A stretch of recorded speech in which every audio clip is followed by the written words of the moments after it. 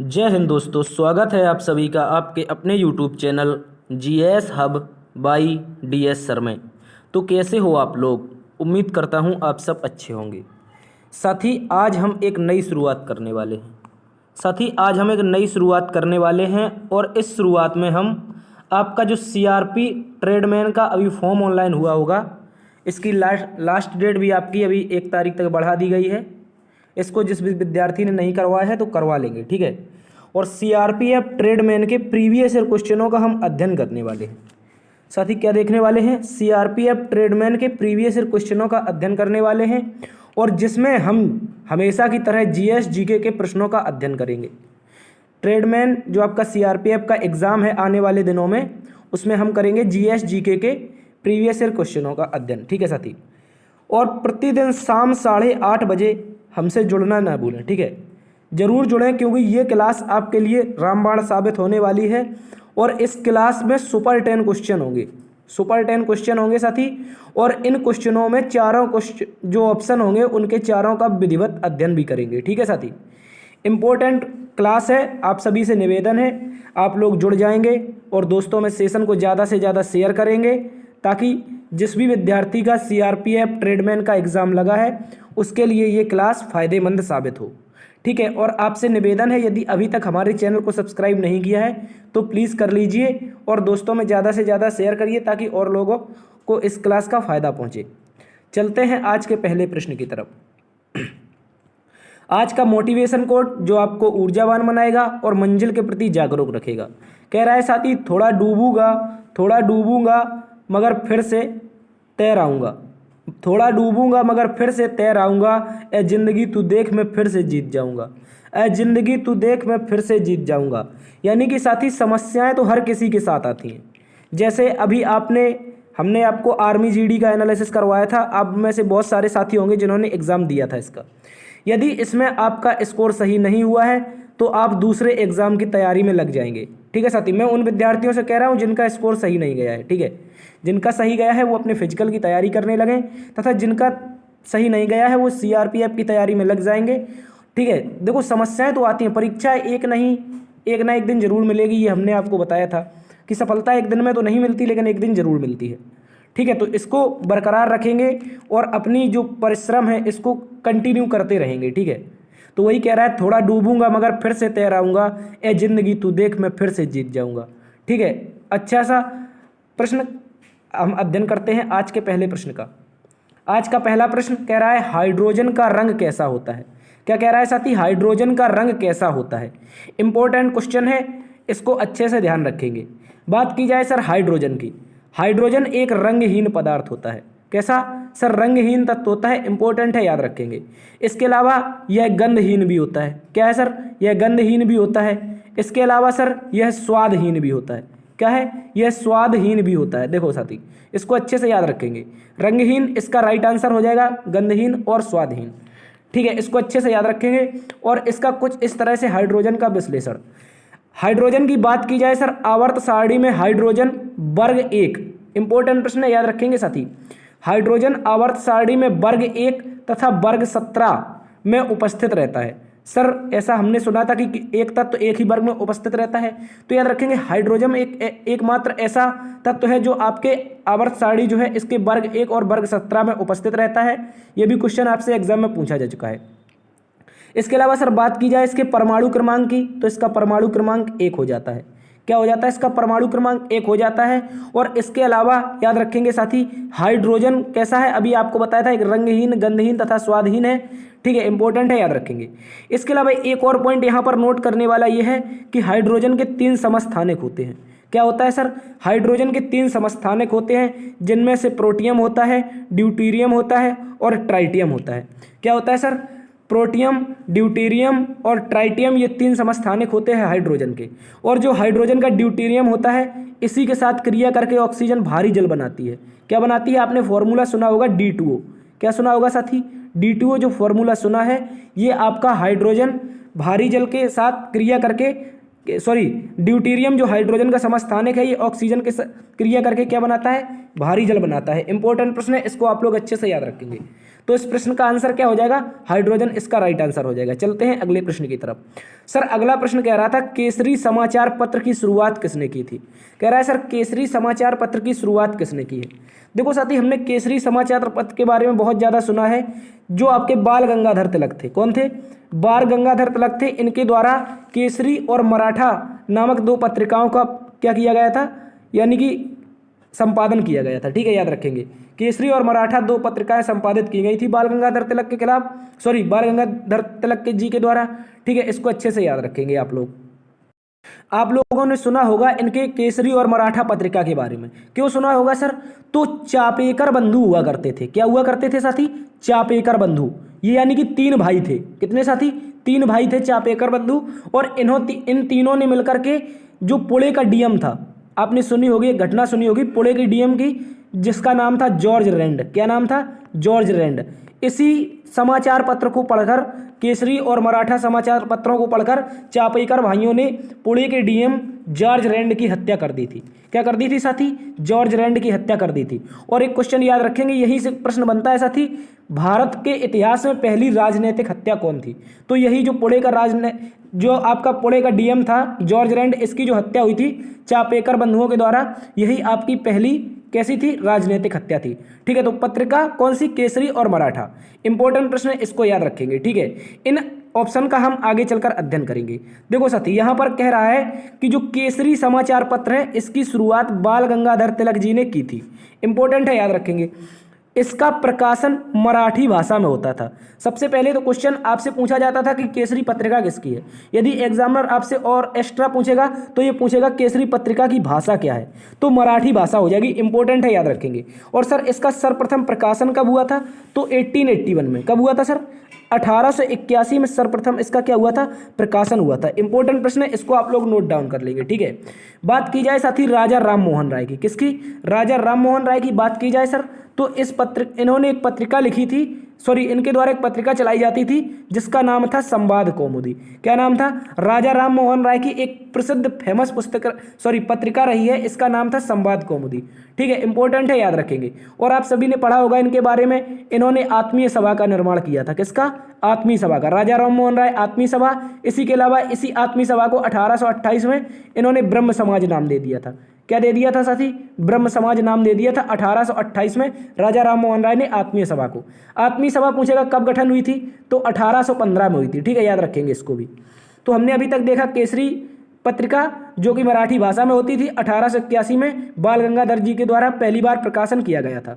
राजा राम मोहन राय संवाद कौमुदी। तथा गोपाल कृष्ण गोखले की बात की जाए सर, तो गोपाल कृष्ण गोखले महात्मा गांधी के राजनीतिक गुरु थे। कौन थे? महात्मा गांधी के राजनीतिक गुरु थे गोपाल कृष्ण गोखले। इंपॉर्टेंट प्रश्न है, इसको अच्छे से आप लोग याद रख लेंगे। ठीक है, तो चलते हैं अगले प्रश्न की तरफ। सर अगला प्रश्न हमसे पूछा है इसरो के वर्तमान में प्रमुख कौन है? क्या पूछा है? इसरो के वर्तमान में प्रमुख कौन है? ठीक है, कह रहा है क्वेश्चन इसरो के वर्तमान में प्रमुख कौन है, तो याद रखेंगे एस सोमनाथ। कौन है? एस सोमनाथ इसरो के वर्तमान में प्रमुख है। इंपॉर्टेंट प्रश्न है और बहुत ज़्यादा एग्जाम में पूछा जाता है। ठीक है, याद रखेंगे। तो इसरो के वर्तमान में प्रमुख कौन हो जाएंगे? एस सोमनाथ। इसके अलावा बात करेंगे समीर वी कामत की सर, ये आपके डीआरडीओ के प्रमुख है। किसके? डीआरडीओ के प्रमुख है। शांति श्री धूलीपड़ी की बात की जाए तो ये जेएनयू की पहली महिला प्रोफेसर है। याद रखेंगे, जेएनयू की पहली महिला कुलपति कौन है? तो शांति श्री धूलीपड़ी। इसके अलावा माधवीपुरी बुच की बात की जाए तो सर ये security exchange board of India की पहली महिला अध्यक्ष है। ठीक है, इनके बारे में हम विस्तृत अध्ययन करते हैं। बात की जाए देखो इसरो की, तो अभी हमने देखा इसरो के अध्यक्ष सोमनाथ है, लेकिन इसरो की स्थापना सर आपकी 15 अगस्त 1969 को संस्थापक विक्रम साराभाई जी के द्वारा की गई थी। किसकी? इसरो की स्थापना 15 अगस्त 1969 को इसरो के संस्थापक विक्रम साराभाई जी के द्वारा की गई थी। और यह भारत के अंतरिक्ष क्षेत्र में कार्य करने वाली संस्था है, ये आप सभी को पता होगा। इसके अलावा बात की जाए सर डीआरडीओ की, अभी हमने देखा था जो इसके अध्यक्ष कौन है? समीर वी कामत है। लेकिन डीआरडीओ की बात की जाए सर, तो डीआरडीओ की स्थापना 1 जनवरी 1958 को हुई थी। साथ ही 1 जनवरी 1958 को डिफेंस रिसर्च डेवलपमेंट ऑर्गेनाइजेशन की स्थापना होती है भारत में। इसको भी आप लोग याद रखेंगे। और ये जो संस्था है ये मिसाइल बनाने का काम करती है। किसका? मिसाइल है जो आपके ड्रोन वगैरह हैं, इनका निर्माण कौन करती है? डीआरडीओ करती है। इसके अलावा हमने देखा जेएनयू की पहली महिला कुलपति थी शांति श्री धूलीपड़ी।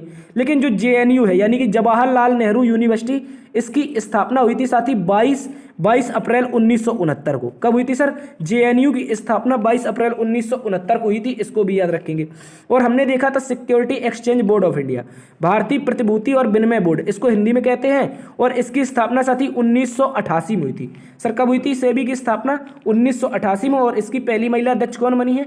हमने अभी डिस्कस किया था, आपकी बनी है माधवीपुरी बुच। ठीक है, इंपॉर्टेंट है, याद रखेंगे। तो इसका राइट आंसर क्या हो जाएगा? क्वेश्चन हमसे क्या पूछा था? इसरो के अध्यक्ष कौन हो जाएंगे? एस सोमनाथ। ठीक है, चलते अगले प्रश्न की तरफ। सर अगला प्रश्न कह रहा है टाइफाइड बुखार किस कारण होता है? कह रहा है टाइफाइड जो बुखार है साथी ये किसके कारण होता है? इंपॉर्टेंट प्रश्न है, इसको आप लोग याद रखेंगे। ठीक है, टाइफाइड की बात की जाए तो ये बैक्टीरिया से होने वाला रोग है। किससे? बैक्टीरिया से। सर टाइफाइड की बात की, सॉरी हाँ ये क्या है, एक मिनट, कह रहा है टाइफाइड जो है बुखार ये किस कारण है? ये आपका बैक्टीरिया से होने वाला रोग है, इसको अच्छे से याद रखेंगे। हम देखेंगे बैक्टीरिया से होने वाले रोग, जीवाणु से होने वाले रोग तथा प्रोटोजोआ और फंगी से होने वाले रोगों का अध्ययन करेंगे। ठीक है, अगली स्लाइड में देखो क्वेश्चन कह रहा है जीवाणु से होने वाले रोग। ठीक है, तो याद रखेंगे डिप्थीरिया होता है सबसे पहले तो जीवाणु, इसी को कहते हैं साथी बैक्टीरिया। क्या कहते हैं? जीवाणु और विषाणु में बहुत ज़्यादा लोगों को कन्फ्यूजन होता है। तो जीवाणु होता है वो बैक्टीरिया होता है और विषाणु होता है वायरस, इसको अच्छे से याद रखेंगे। तो जीवाणु से होने वाले रोगों में सबसे पहले डिप्थीरिया, प्लेग हो जाएगा, टिटनेस हो जाएगा, काली खांसी हो जाएगा, कुष्ठ रोग हो जाएगा, टाइफाइड हो जाएगा, ये क्वेश्चन हमसे पूछा था टाइफाइड वाला, और निमोनिया, हैजा तथा टीबी। ठीक है, ट्यूबरक्लोसिस, ये सारे के सारे रोग जीवाणु से होते हैं। कौन कौन से? डिप्थीरिया, प्लेग, टिटनेस, काली खांसी, कुष्ठ रोग, टाइफाइड, निमोनिया, हैजा और टीबी आदि। ठीक है, इसके अलावा बात करें हम विषाणु से होने वाले रोगों की। साथ ही विषाणु से जो रोग होते हैं, इन रोगों में सबसे पहले तो इंपॉर्टेंट है, उसको याद रखेंगे, इसका नाम है एड्स। क्या है? एड्स, डेंगू, पोलियो, इन्फ्लुएंजा, चेचक, छोटी माता। सर छोटी माता क्या होता है? चिकन पॉक्स आपने नाम सुना होगा, इसी को छोटी माता कहते हैं। इसके अलावा गलसुआ होता है, खसरा होता है, हेपेटाइटिस होता है, रेबीज होता है। ये सारे के सारे रोग किससे होते हैं? विषाणु यानी कि वायरस से होने वाले रोग। तो कौन कौन से? एड्स, डेंगू, पोलियो, इन्फ्लुएंजा, चेचक, छोटी माता, या इसी को चिकन पॉक्स कहते हैं, गलसुआ, खसरा, हेपेटाइटिस और रेबीज आदि रोग किससे होते हैं? विषाणु से होने वाले रोग हैं। इसके अलावा सर बात की जाए प्रोटोजोआ से होने वाले रोगों की, तो प्रोटोजोआ में मलेरिया आपका प्रमुख है, पेचिस है, डायरिया है। ये सारे के सारे रोग किससे होते हैं सर? ये प्रोटोजोआ से होते हैं। ठीक है, इसके अलावा बात की जाए सर कवक से होने वाले रोगों की, तो इनमें से दाद, खाज, खुजली, ये सारे के सारे, और सूजन जो होती है, ये सारे के सारे रोग किससे होते हैं? फंगी, यानी कि फंगी क्या होता है? कवक होता है। ठीक है, तो प्रोटोजोआ से मलेरिया, पेचिस, डायरिया, और फंगी यानी कि कवक से दाद, खाज, खुजली और सूजन, ये होते हैं। ठीक है, इनको याद रखेंगे, ये इंपॉर्टेंट क्वेश्चन है, इसको आप ना कहीं नोट कर लेंगे अपने नोट्स में। ठीक है, चलते अगले प्रश्न की तरफ। अगला प्रश्न कह रहा है कलिंग के युद्ध के समय कलिंग का राजा कौन था? कह रहा है साथी जो कलिंग का जब युद्ध हुआ था तो इस समय कलिंग का राजा कौन हुआ करता था? तो याद रखेंगे इंपॉर्टेंट प्रश्न है, अनंत जो पद्मनाभन था। कौन था साथी? अनंत पद्मनाभन था। ये आपका कलिंग का राजा हुआ करता था जब अशोक ने कलिंग का युद्ध लड़ा था। ठीक है सर, कब लड़ा था? तो 261 BC में लड़ा था। कब लड़ा था? 261 ईसा पूर्व में अशोक और पद्मनाभन के बीच कलिंग का युद्ध हुआ था, जिसमें अशोक की जीत तो हुई थी लेकिन बहुत ज़्यादा नरसंहार भी हुआ था। ठीक है, याद रखेंगे। खारवेल की बात की जाए, ये उड़ीसा का शासक था। पुलकेशन द्वितीय, इसके बारे में भी आगे चर्चा करेंगे, और चंद्रगुप्त द्वितीय, इनकी भी चर्चा करेंगे। ठीक है साथी, कह रहा है खारवेल, कह रहा है खारवेल की बात की जाए तो कलिंग का एक महान सम्राट हुआ था। ठीक है, जब आपका अनंत पद्मनाभन हार गया तो इसके कुछ समय पश्चात, लगभग आपका हो जाएगा 50 से 60 वर्ष पश्चात, खारवेल नामक एक राजा हुआ कलिंग का महान सम्राट। ठीक है, और ये महारट्टा वंश का था। कौन सा? महारट्टा वंश। जैसे आप लोग याद रख लेंगे, जैसे आप कोई चीज़ एग्जाम देने जाते हैं तो ऐसा लगता है कि सारी चीज़ खा लें। ठीक है, उसका क्या करते हैं? रट्टा मारते हैं। तो खा से हो जाएगा खारवेल और महारट्टा वंश, इसको आप लोग याद रखेंगे, हो सकता है एग्जाम में आपसे पूछ लेगा। ठीक है, तो एग्जाम में याद रखेंगे तो सारी की सारी खा के जाएंगे, तो क्या करेंगे? रट्टा लगा के। तो खारवेल महारट्टा वंश का शासक हो जाएगा और सबसे प्रतापी शासक था, इसको याद रखेंगे। इसकी सर जानकारी कहाँ से मिलती है, ये भी क्वेश्चन पूछता है, तो याद रखेंगे हाथी गुम्फा अभिलेख। कौन सा? सर हाथी गुम्फा अभिलेख है, यहाँ से इसकी जानकारी मिलती है। और ये हाथी गुम्फा जो अभिलेख है ये उड़ीसा के उदयगिरी पहाड़ी पर स्थित है। कहाँ पर सर? ओडिशा के उदयगिरी पहाड़ी पर हाथी गुम्फा अभिलेख है, जो खारवेल है, इसकी जानकारी मिलती है। और महारट्टा वंश का ये क्या था साथी? एक शासक था, इंपॉर्टेंट है, याद रखेंगे। सर बात की जाए पुलकेशन द्वितीय की, किसकी? पुलकेशन द्वितीय की। तो सर जो पुलकेशन द्वितीय था, पुलकेशन द्वितीय और हर्षवर्धन के मध्य एक नर्मदा नदी का युद्ध बहुत ज़्यादा एग्जाम में पूछा जाता है। ठीक है, तो याद रखेंगे पुलकेशन द्वितीय और हर्षवर्धन के मध्य एक नर्मदा नदी के तट पर युद्ध होता है, और इस युद्ध में पुलकेशन द्वितीय जीतता है। कौन जीतता है? पुलकेशन द्वितीय जीतता है। और यह जानकारी कहाँ से मिलती है सर? तो याद रखेंगे ऐहोल अभिलेख से। कहाँ से प्यारे साथी? ऐहोल अभिलेख से इसकी जानकारी मिलती है। सर ऐहोल अभिलेख किसने लिखा है? तो याद रखेंगे इस समय पुलकेशन जो सम्राट था इसका एक दरबारी हुआ करता था रवि कीर्ति। क्या नाम था? रवि कीर्ति नामक एक दरबारी हुआ करता था इसका। इसी के द्वारा क्या लिखा गया था? इंपॉर्टेंट है, याद रखेंगे, इसी के द्वारा आपका ऐहोल अभिलेख लिखा गया था। ठीक है, तो इसमें पुलकेशन युद्ध जीतता है, हर्षवर्धन युद्ध हार जाते हैं। नर्मदा नदी का युद्ध बहुत ज्यादा एग्जाम में पूछा जाता है। इसके अलावा बात करेंगे चंद्रगुप्त द्वितीय की, तो ये गुप्त वंश का एक प्रतापी शासक हुआ करता था, इसको भी याद रखेंगे। और इसने शकों का उन्मूलन किया था। ठीक है, याद रखेंगे इसको भी। ठीक है, इंपॉर्टेंट है, इसको भी नोट डाउन कर लेंगे। पुलकेशन द्वितीय और खारवेल ये सारे के सारे आपके एग्जाम में पूछे जाते हैं। चलते हैं अगले प्रश्न की तरफ। सर अगला प्रश्न पूछा था मौलिक कर्तव्य भारतीय संविधान में किस संशोधन के तहत जोड़े गए थे? कह रहा है भारतीय जो संविधान हुआ था साथी इसमें मौलिक कर्तव्य किस संशोधन के तहत जोड़े गए थे? तो बात की जाए साथी 42वें संविधान संशोधन की। 42वें संविधान संशोधन जिसे हम लघु संविधान भी कहते हैं। क्या कहते हैं? लघु संविधान।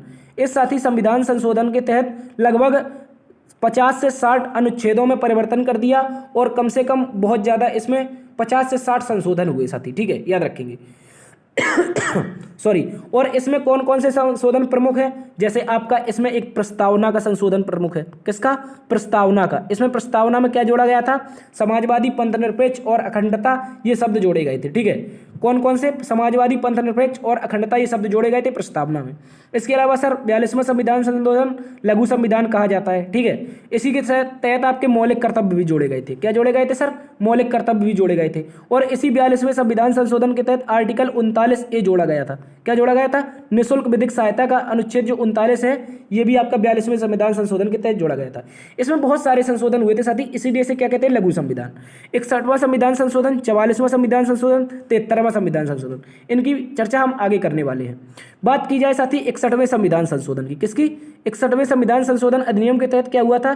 तो राजीव गांधी सरकार ने वर्ष 1989 में, कब साथी? इंपॉर्टेंट प्रश्न है, इसको नोट डाउन कर लेंगे। वर्ष 1989 में राजीव गांधी जी की सरकार थी। इस समय वोट डालने की जो उम्र थी 21 वर्ष से 18 वर्ष कर दी गई थी। कितनी कर दी गई थी सर? वोट डालने की जो उम्र थी 21 वर्ष से घटा करके 18 वर्ष कर दी गई थी। 61वां संविधान संशोधन 1989 में हुआ था। ठीक है, इसके अलावा हमने देखा 44वां संविधान संशोधन, तो सर इसके तहत क्या हुआ था? तो मोरारजी देसाई सरकार ने क्या किया था सर? 1978 में संपत्ति के मौलिक अधिकार को हटाकर कानूनी अधिकार बना दिया था। ये क्वेश्चन भी बहुत ज्यादा एग्जाम में पूछा जाता है। सर 44वां संविधान संशोधन जिसके तहत मोरारजी देसाई सरकार ने क्या किया था? अनुच्छेद जो आपका 300A है इसमें आपका संपत्ति का अधिकार जोड़ दिया था 1978 में। ठीक है, इसको अच्छे से याद रखेंगे। पहले संपत्ति का अधिकार अनुच्छेद 31 में रहता था। ठीक है, और ये आपका मौलिक अधिकार था, लेकिन इसको मौलिक अधिकार से हटाकर क्या बना दिया? विधिक अधिकार यानी कि कानूनी अधिकार बना दिया। और कहाँ पर रखा ये भी पूछ लेगा, तो अनुच्छेद 300 में रखा जो कि भाग 12 में स्थित है। कहाँ पर है? भाग 12 में स्थित है। इंपॉर्टेंट है, इसको भी आप लोग याद रखेंगे। इसके अलावा सर बात की जाए 42वें संविधान संशोधन की, तो इसके तहत मौलिक कर्तव्य जोड़े गए थे जो कि रूस से लिए थे। कहां से साथी? ये भी क्वेश्चन पूछा जाता है, मौलिक कर्तव्य लिए कहां से थे? तो रूस से लिए थे, इसको याद रखेंगे, यानी कि यूएसएसआर से। ठीक है, और संविधान में सरदार स्वर्ण सिंह समिति की सिफारिश पर, कौन सी समिति सर? सरदार स्वर्ण सिंह समिति की सिफारिश पर भारतीय संविधान में मौलिक कर्तव्य जोड़े गए थे। इसको भी आप लोग याद रखेंगे। इसके अलावा सर 73वें संविधान संशोधन की बात की जाए तो इस संशोधन के तहत भारतीय संविधान में बलवंत राय मेहता समिति की सिफारिश पर साथी पंचायती राज व्यवस्था लागू की गई थी। क्या साथी? पंचायती राज व्यवस्था लागू की गई थी। इसको भी आप लोग नोट डाउन कर लेंगे। ठीक है, तो हमने देखा साथी कौन कौन? 61वां संविधान संशोधन जिसके तहत वोट डालने की उम्र 21 से 18 कर दी गई। 44वें संविधान संशोधन के तहत मौलिक अधिकार को कानूनी अधिकार बना दिया, तथा 42वें संविधान संशोधन के तहत स्वर्ण सिंह समिति की सिफारिश पर मौलिक कर्तव्य जोड़े गए, तथा 73वें संविधान संशोधन में बलवंत राय मेहता समिति की सिफारिश पर पंचायती राज व्यवस्था को भारत में लागू किया गया। ठीक है, इसको भी याद रखेंगे। चलते हैं अगले प्रश्न की तरफ। सर अगला प्रश्न आपसे पूछ रहा है निम्नलिखित में से कौन सा भारत के प्रसिद्ध भारोत्तोलक खिलाड़ी है? कह रहा है निम्नलिखित में से कौन सा भारत का प्रसिद्ध भारोत्तोलक खिलाड़ी है? भारोत्तोलक का मतलब क्या होता है साथी? इसको वेट लिफ्टिंग कहते हैं। क्या कहते हैं? Weight lifting. ठीक है, इंपॉर्टेंट है, याद रखेंगे, मीनिंग पर नहीं जाएंगे। इसको क्या कहते हैं? वेट लिफ्टिंग यानी कि भारोत्तोलन। तो बात की जाए सर नीरज चोपड़ा की, मैरी कॉम की और रोहित शर्मा की, ये अलग अलग खिलाड़ी हैं, जबकि मीराबाई चानू आपकी कौन सी हैं? तो याद रखेंगे ये भारोत्तोलक खिलाड़ी है। इंपॉर्टेंट है, इसको आप लोग अच्छे से याद रखेंगे। इसको आप लोग अच्छे से याद रखेंगे। जो मीराबाई चानू ये भारोत्तोलक खिलाड़ी हैं। इन प्रश्नों का हम आगे अध्ययन करेंगे। देखो बात की जाए साथी नीरज चोपड़ा की, तो ये भारत के प्रसिद्ध भाला फेंक खिलाड़ी हैं। कौन से? भाला फेंक खिलाड़ी हैं। इंपॉर्टेंट है, इसको याद रखेंगे। नीरज चोपड़ा क्या करते हैं? जेवलिन थ्रो करते हैं। और याद रखेंगे टोक्यो ओलंपिक में इन्होंने स्वर्ण पदक जीता था। यही एक इंपॉर्टेंट प्रश्न है, याद रखेंगे। नीरज चोपड़ा ने टोक्यो ओलंपिक में स्वर्ण पदक जीता था। इसके अलावा बात करें साथी मैरी कॉम की, तो एमसी मैरी कॉम भारत के एक प्रसिद्ध मुक्केबाज खिलाड़ी हैं। कौन सी? मैरी कॉम मुक्केबाज खिलाड़ी, ठीक है।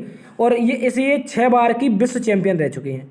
याद रखेंगे 6 बार की विश्व चैंपियन रह चुकी हैं मैरी कॉम। और इसके अलावा इन्हें सुपर मोम के नाम से भी जानते हैं। ये भी क्वेश्चन पूछा जाता है, किस खिलाड़ी को सुपर मोम के नाम से जानते हैं? इनको सुपर मोम के नाम से जानते हैं। एमसी मैरी कॉम को 6 बार की विश्व चैंपियन रह चुकी हैं, ठीक है। इसके अलावा रोहित शर्मा की बात की जाए तो ये भारतीय क्रिकेट टीम से संबंधित कप्तान है। और इनके नाम वनडे में सर्वाधिक दोहरे शतक बनाने का रिकॉर्ड है। इन्होंने साथी 3 दोहरे शतक बनाए हैं। इनके नाम क्या रिकॉर्ड है? सर्वाधिक वनडे में दोहरे शतक बनाने का रिकॉर्ड। इसके अलावा एक क्वेश्चन और पूछेगा आपसे, मीराबाई चानू हमने अभी डिस्कस किया था, ये भारोत्तोलक खिलाड़ी हैं और इन्होंने टोक्यो ओलंपिक में भारत को रजत पदक दिलाया था। साथी याद रखेंगे भारोत्तोलक खिलाड़ी हैं मीराबाई चानू और इन्होंने टोक्यो ओलंपिक में क्या दिलाया था? रजत पदक। इंपॉर्टेंट है, इसको आप लोग अच्छे से याद रखेंगे, ठीक है। चलते हैं अगले प्रश्न की तरफ।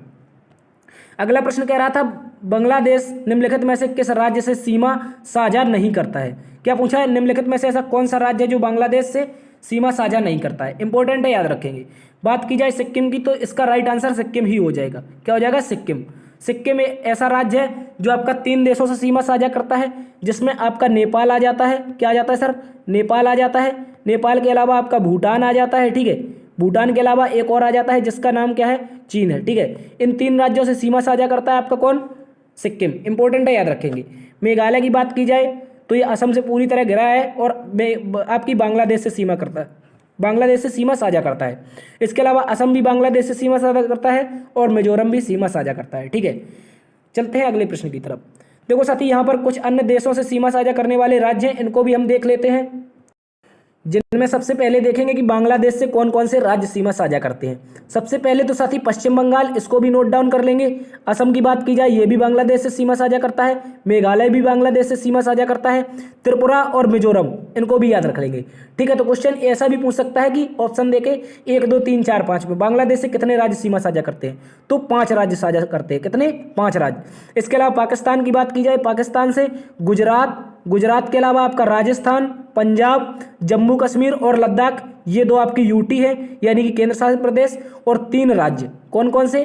गुजरात, राजस्थान, पंजाब 3 राज्य तथा जम्मू कश्मीर और लद्दाख 2 यूटी। कुल मिलाकर के 5 स्टेट आपके यहाँ पर भी पाकिस्तान से सीमा साझा करते हैं।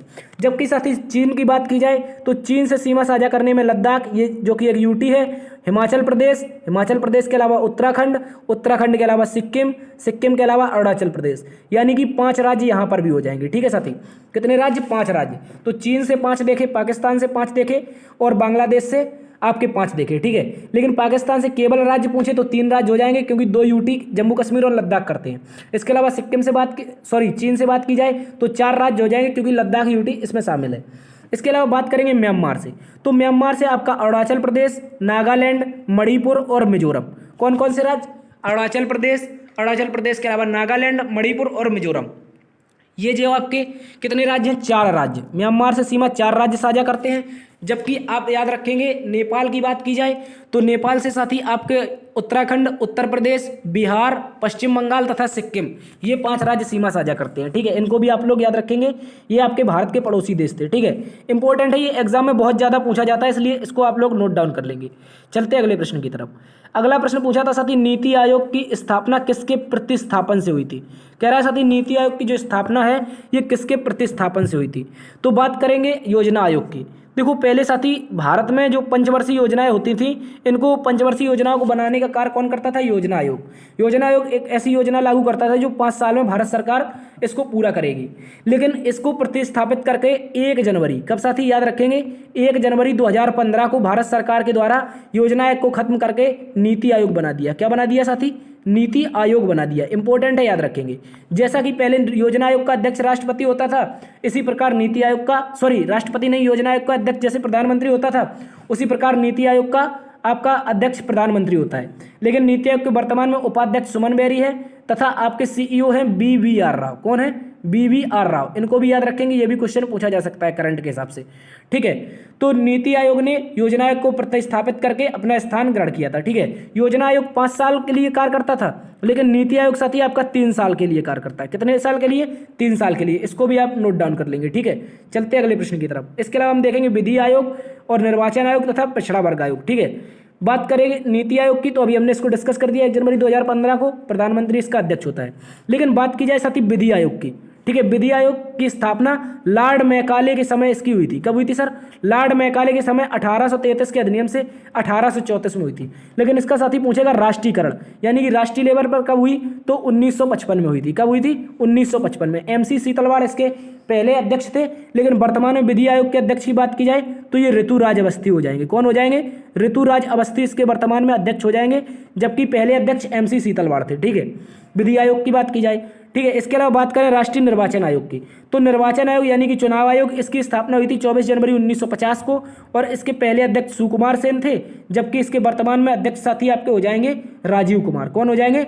राजीव कुमार। इनको भी आप लोग याद रखेंगे, इंपॉर्टेंट प्रश्न है और एग्जाम में ये पूछा जाता है। ठीक है, चल इसके अलावा बात करेंगे राष्ट्रीय पिछड़ा वर्ग आयोग की, तो राष्ट्रीय जो पिछड़ा वर्ग आयोग है साथी, इसकी स्थापना हुई थी 1993 में।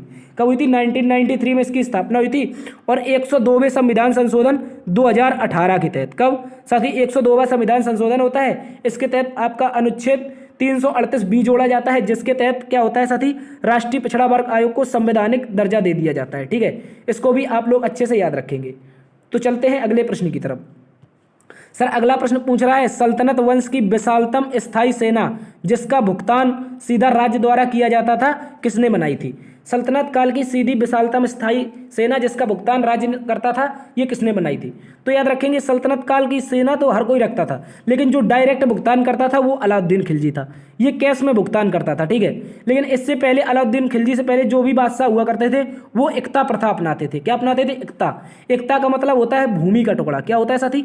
एकता का अर्थ क्या होता है? भूमि का टुकड़ा। और भूमि को टुकड़ा को क्या करते थे ये लोग, जो राजा होते थे, ये सैनिकों को दे देते थे, यानी कि तुम जाओ दक्षिण में राजा बन जाओ, भूमि का टुकड़ा अपना दान कर लो, दक्षिण का एक राज्य ले लो। ठीक है, इस तरह से सैनिक रखते थे। लेकिन जो आपका अलाउद्दीन खिलजी था, इसने क्या कर दिया? नगद वेतन देना प्रारंभ कर दिया था। ठीक है, इसको याद रखेंगे। सिकंदर लोदी, मोहम्मद बिन तुगलक तथा इल्तुतमिश को हम आगे डिस्कस करेंगे। ठीक है, तो हमने देखा कि अलाउद्दीन जो खिलजी था साथ ही खिलजी वंश का एक प्रसिद्ध शासक था, इसने सैनिकों को नगद वेतन देना प्रारंभ किया था, जो कि हमने डिस्कस किया। इसके अलावा सिकंदर लोदी की बात की जाए, ये भी अपने आप में इंपॉर्टेंट प्रश्न है और बहुत ज़्यादा एग्जाम में पूछा जाता है। सिकंदर लोदी ने क्या किया था सर? इसका एक काम बहुत प्रसिद्ध है, इसके द्वारा 1504 ईस्वी में आगरा की स्थापना की गई थी। सर किसकी स्थापना? आगरा की स्थापना, जो कि आज आप आगरा को ताजमहल के नाम से जानते हैं। ठीक है, ताजमहल के या फिर पेठा नगरी के नाम से जानते हैं। इसकी स्थापना किसने की थी सर? तो इसकी स्थापना की थी सिकंदर लोदी ने 1504 ईस्वी में। जबकि एक क्वेश्चन और पूछा जाता है कि आगरा को आगरा किसने कहा, तो याद रखेंगे सर्वप्रथम एक इतिहासकार था टॉलमी। कौन था? टॉलमी। टॉलमी के द्वारा सर्वप्रथम आगरा को आगरा कहा गया था। ठीक है, इसको भी याद रखेंगे। इसके अलावा मोहम्मद बिन तुगलक की बात की जाए सर, तो मोहम्मद बिन तुगलक दिल्ली सल्तनत का सबसे पढ़ा लिखा बादशाह था। क्या था? पढ़ा लिखा सुल्तान था, और इसने अपनी राजधानी दिल्ली से देवगिरी स्थानांतरित की थी। मोहम्मद बिन तुगलक से एक क्वेश्चन बनता है कि वह कौन सा दिल्ली सल्तनत का बादशाह था जिसके द्वारा अपनी राजधानी दिल्ली से दूनागिरी या फिर देवगिरी स्थापित की गई थी। ठीक है, तो याद रखेंगे उसका नाम हो जाएगा मोहम्मद बिन तुगलक, जो कि तुगलक वंश का एक शासक था। ठीक है, और सबसे पढ़ा लिखा भी था। इसके अलावा बात की जाए इल्तुतमिश की, तो ये गुलाम वंश का वास्तविक संस्थापक था। गुलाम वंश का वास्तविक संस्थापक कौन था? तो इल्तुतमिश था, ऐसा माना जाता है। ठीक है, और इसने क्या किया था सर? तो कुतुब मीनार का निर्माण पूर्ण करवाया था। क्या करवाया था? कुतुब मीनार का निर्माण पूर्ण करवाया था। इसको भी आप लोग अच्छे से याद रखेंगे। ठीक है, इसको आप लोग अच्छे से याद रखेंगे। तो ये थी साथी आज की क्लास, और सुपर 10 क्वेश्चन इस तरह से आपको यदि पसंद आए हैं तो इस तरह की श्रृंखला हम जारी रखेंगे। ठीक है, यदि सुपर 10 प्रश्न आपको पसंद आए हैं तो श्रृंखला हम जारी रखेंगे। आप ज़्यादा से ज़्यादा दोस्तों में सेशन को शेयर कर दीजिए। एक बार कमेंट करके बताइए क्या इस तरह के क्वेश्चन आपको पसंद आ रहे हैं या नहीं आ रहे हैं। ठीक है, तो एक बार कमेंट जरूर करिए, आपसे निवेदन है। ठीक है, तो सबसे पहले तो आपको वीडियो को लाइक कर देना है, यदि क्लास पसंद आई है दोस्तों में शेयर करना है। यदि चैनल पर नए हैं तो इस तरह की और क्लासों की जानकारी आपके पास सबसे पहले पहुंच सके, इसलिए चैनल को सब्सक्राइब भी कर लीजिए। ठीक है, और देखते रहिए GS बाय DS सर। बड़ों को सम्मान करना, छोटों को प्यार देना और अपना भी ख्याल रखना। मिलते हैं कल। जय हिंद।